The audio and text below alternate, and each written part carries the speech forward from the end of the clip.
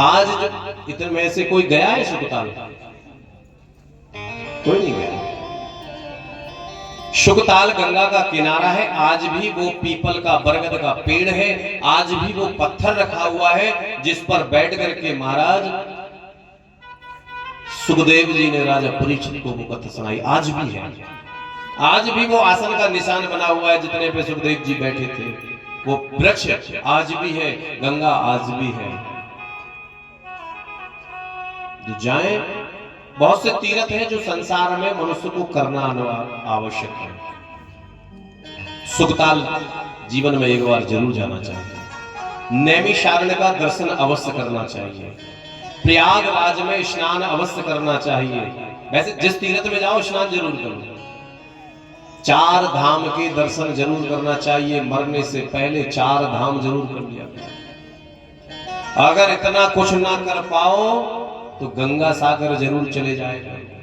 लोग कहते हैं ना सारे तीर्थ बार बार और गंगा सागर एक बार, तो जाया जरूर। इनमें से कोई तीर्थ में जाता है, कोई भी नहीं जाता। एक दादा है भी कहाँ गए बैठे, इनने वृंदावन की कुंज गली एक एक छान मारी।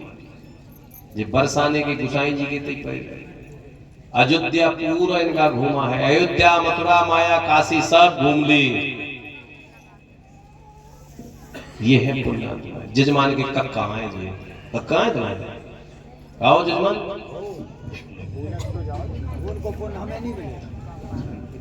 उन्हीं के पुण्य में रहो तुम। अपना पुण्य फिर अपने लड़के में होका दो। भी अपने लड़का हो गया तुम अपने लड़के में होका दो। अरे खूब भी कैसे लेंगे, फिर जाना चाहिए तीर्थों पर। अब तो सुख सुविधा है ना, तो तुम तो अपने घर ही ले आओ। तो हेलीकॉप्टर छत पे उठाओ, 2 जने बैठो, फिर आओ, लौट के नहीं आ जाओ। अरे तो सुविधाएं हैं ना।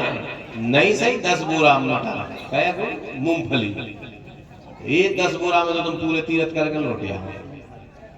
तीर्थ कर तीर्थ अवश्य करना चाहिए। और हमको शास्त्र ये कहता है 365 दिन में एक तीर्थ का दर्शन करना चाहिए।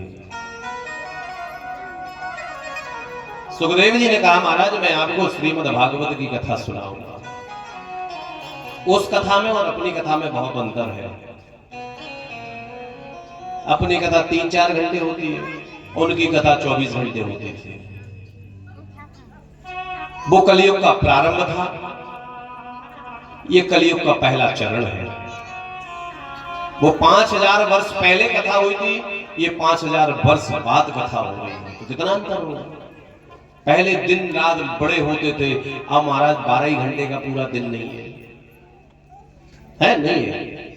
24 घंटे की दिन रात नहीं हो रही, उसमें ही घट बढ़ जाते हैं। वही में गैया घोसली भैंसे नाते रिश्तेदार, फिर भोजन भजन, फिर नींद है ही कहां समय। जितना चाहे आदमी फ्री रहे, वो एक वहां पर टाइम ही नहीं है। मतलब ठलुआ आदमी से भी पूछो कि भैया तुम्हें कोई काम नहीं कर, भैया अरे यार काम था, हमें काम टाइम नहीं मिला। मतलब एक फुर्सते आदमी के पास भी टाइम नहीं है।